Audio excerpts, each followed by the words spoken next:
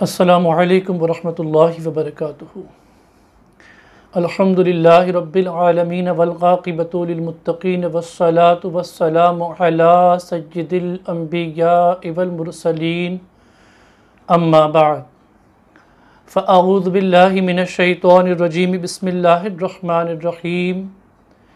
क़ाल अज़्ज़ व जल्ल फ़िल क़ुरआनिल अज़ीम अक़ीमुस्सलात व आतुज़्ज़कात सदक़ल्लाहुल अज़ीम। बाद तौहीद के मतवाल शम्क़ रिसालत सल्लल्लाहु तआला अलैहि वसल्लम के परवानों, आज से हम अपनी गुफ्तगू का सिलसिला मसाइल ज़कात के हवाले से शुरू करेंगे कि ज़कात में कितने माल का ज़कात, कितने फ़ीसद ज़कात, किस तरीक़े से ज़कात, किन लोगों को ज़कात अदा की जाए, कौन मुस्तहिक़ीन ज़कात होते हैं, इनके बारे में आप बुनियादी और चीदा जो ज़रूरी हमारे और आपके लिए हैं, इंशाअल्लाह उनसे वाक़फ़ियत हासिल करेंगे। आइए हम सबसे पहले ये समझते हैं कि शरीअत मुतहरा में ज़कात फ़िक़ही इस्तिलाह में किसे कहते हैं। सवाल है, ज़कात किसे कहते हैं? ज़कात शरीअत में अल्लाह के लिए माल के एक हिस्से का जो शरअ ने मुक़र्रर किया है, मुसलमान फ़कीर को मालिक कर देना है। बहवाला दुर्र मुख्तार, अल्लाह ताला ने एक हिस्सा मालदार के माल में मुख्तस फरमा दिया, मुतय्यन फरमा दिया। उस हिस्से को फ़कीर को देकर उसके उस माल का, जो माल आप दे रहे हैं फ़कीर को, उसका मालिक बनाना है। ये उसकी तारीफ़ है, ये डेफिनेशन है। अब ज़कात किन सूरतों में वाजिब हो जाती है, उसे आप समाअत फरमाएँ। किस शख्स पर ज़कात वाजिब होगी? ज़कात वाजिब होने की शराइत, मुसलमान होना, सबसे पहली शर्त तो यह है कि वो मुसलमान हो। दूसरी शर्त, बालिग होना चाहिए। अगर बच्चा है तो उस सूरत में क्या मसला है वो हम आपसे आगे अर्ज़ करेंगे। आक़िल होना, यानी ऐसा ना हो कि वो मेंटली रिटार्डेड हो या फिर मजनून हो या जुनूनी कैफियत उस पर रहती हो या फिर ज़हनी तौर पर माऊफ़ जिसे हम कहते हैं, ऐसी कोई सूरत नहीं होनी चाहिए। अक्लमंद होना चाहिए, आक़िल। अब बालिग तो है लेकिन वो आक़िल नहीं है, अक्लमंद नहीं है, ज़हनी तौर पर उसकी बालिदगी नहीं है, वो बच्चों जैसी हरकतें करता है, तो उस पर वाजिब नहीं। अब उस सूरत में कौन अदा करेगा, ये आगे मसाइल हैं। आज़ाद होना, पहले ज़माने में लोगों को ग़ुलाम बनाया जाता था, ख़रीद कर उन्हें ग़ुलामी की ज़िंदगी जीते थे लोग, ग़ुलाम के तौर पर इंसानों की ख़रीदो फ़रोख्त हुआ करती थी, तो ग़ुलामों पर ज़कात नहीं है। नंबर 5, मालिक निसाब होना, यानी मुसलमान भी है, बालिग भी है, आक़िल भी है, आज़ाद भी है। अब वो मालिक निसाब हो, पहले ये कैटेगरीज़ हो जाएंगी, उसके अंदर वो पाई जाएंगी, ये शराइत पाई जाएंगी। उसके बाद अब उसके पास वो मालिक निसाब हो। मालिक निसाब कब होगा, निसाब क्या है, वो इंशाअल्लाह आगे हम अर्ज़ करेंगे। तो पहले ये शराइत आप समझ लें, समाअत फरमा लें कि किन पर ज़कात वाजिब है, यानी उस शख्स पर जो मालिक निसाब है। मालिक निसाब कौन, आगे सुनिएगा। पूरे तौर पर मालिक होना। अच्छा, मालिक निसाब तो है लेकिन उस माल पर वो मुकम्मल तौर पे मालिक नहीं है।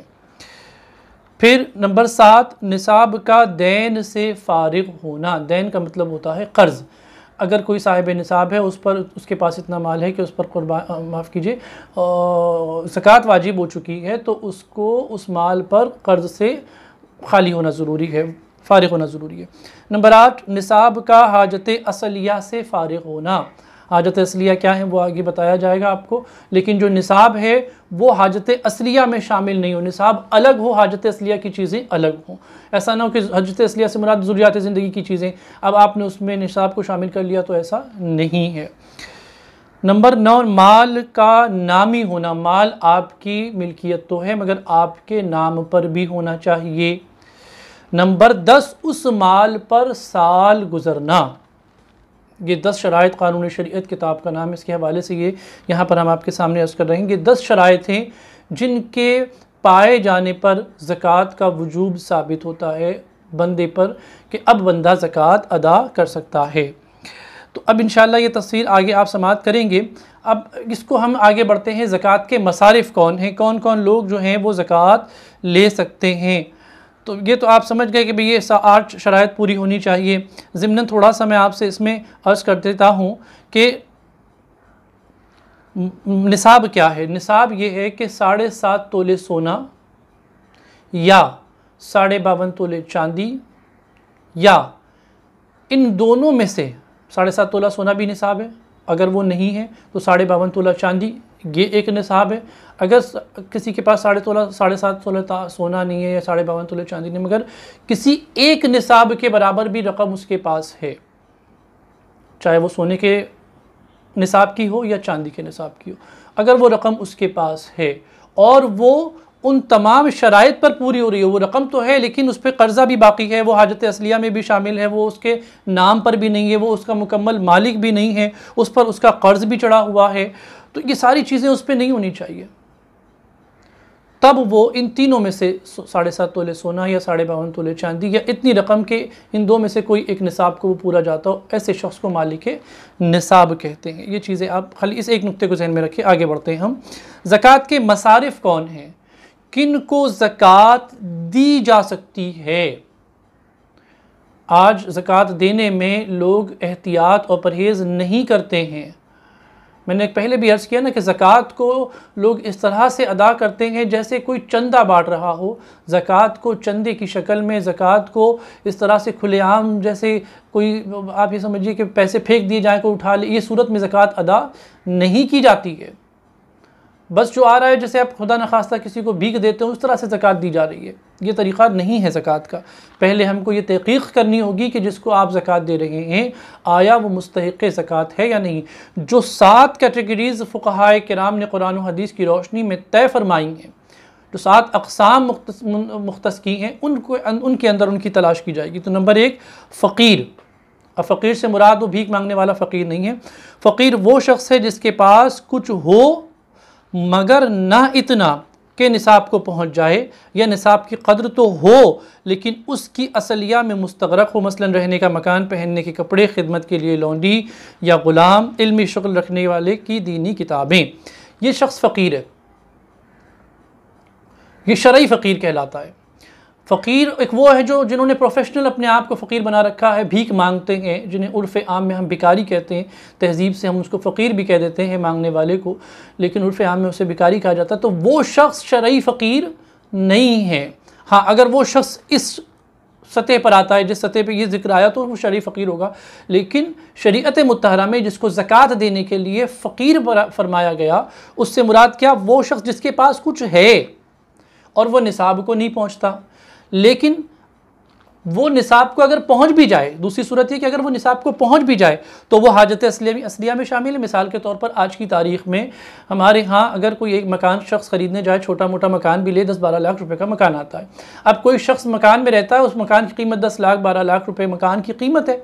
तो अब इस सूरत में ज़ाहिर है कि वो रकम जो होती है वो निसाब के बराबर तो होती है, लेकिन मकान चूँकि हाजत असलिया में शामिल है, इस्तेमाल की चीज़ों में शामिल है, रोज़मर्रा की ज़रूरियात में चीज़ों में शामिल है, इसलिए ऐसी चीज़ चाहे वो उसकी मालियत निसाब को पहुंची हुई हो, लेकिन अगर वो हाजत असलिया में है तो उस पर ज़कात नहीं है। 3 किस्में बयान की गई। फिर पहनने के कपड़े, किसी के पास खा कितने ही महंगे कपड़े क्यों ना हो।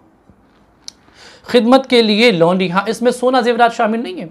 किसी के पास जेवरात हैं तो वो क्योंकि सोने पर निसाब है, 7.5 तोले सोने पर निसाब है। अगर सोना चांदी किसी के पास है तो वो अदा करेगा। उसकी सूरत कैसी है, अगर वो तफसील इंशाल्लाह हम आपसे अर्ज़ करेंगे। पहनने के कपड़े हाजत असलिया में, सोना चांदी हाजत असलिया में नहीं है। खिदमत के लिए पहले ज़माने में लौंडी और ग़ुलाम वगैरह ख़रीदते थे तो वो भी उसमें शामिल है। अब इल्मी शुग़्ल रखने वाले बहुत सारे लोग ऐसे होते हैं जिनके पास तो किताबों का एक बहुत बड़ा ज़ख़ीरा होता है, एक अंबार होता है, उनकी अपनी पर्सनल लाइब्रेरी होती है। 15-20 हज़ार, 10 हज़ार, 5 हज़ार, 7 हज़ार किताबें होती हैं जिनकी कीमत इतनी हो जाती है कि वो निसाब को पहुँच जाए।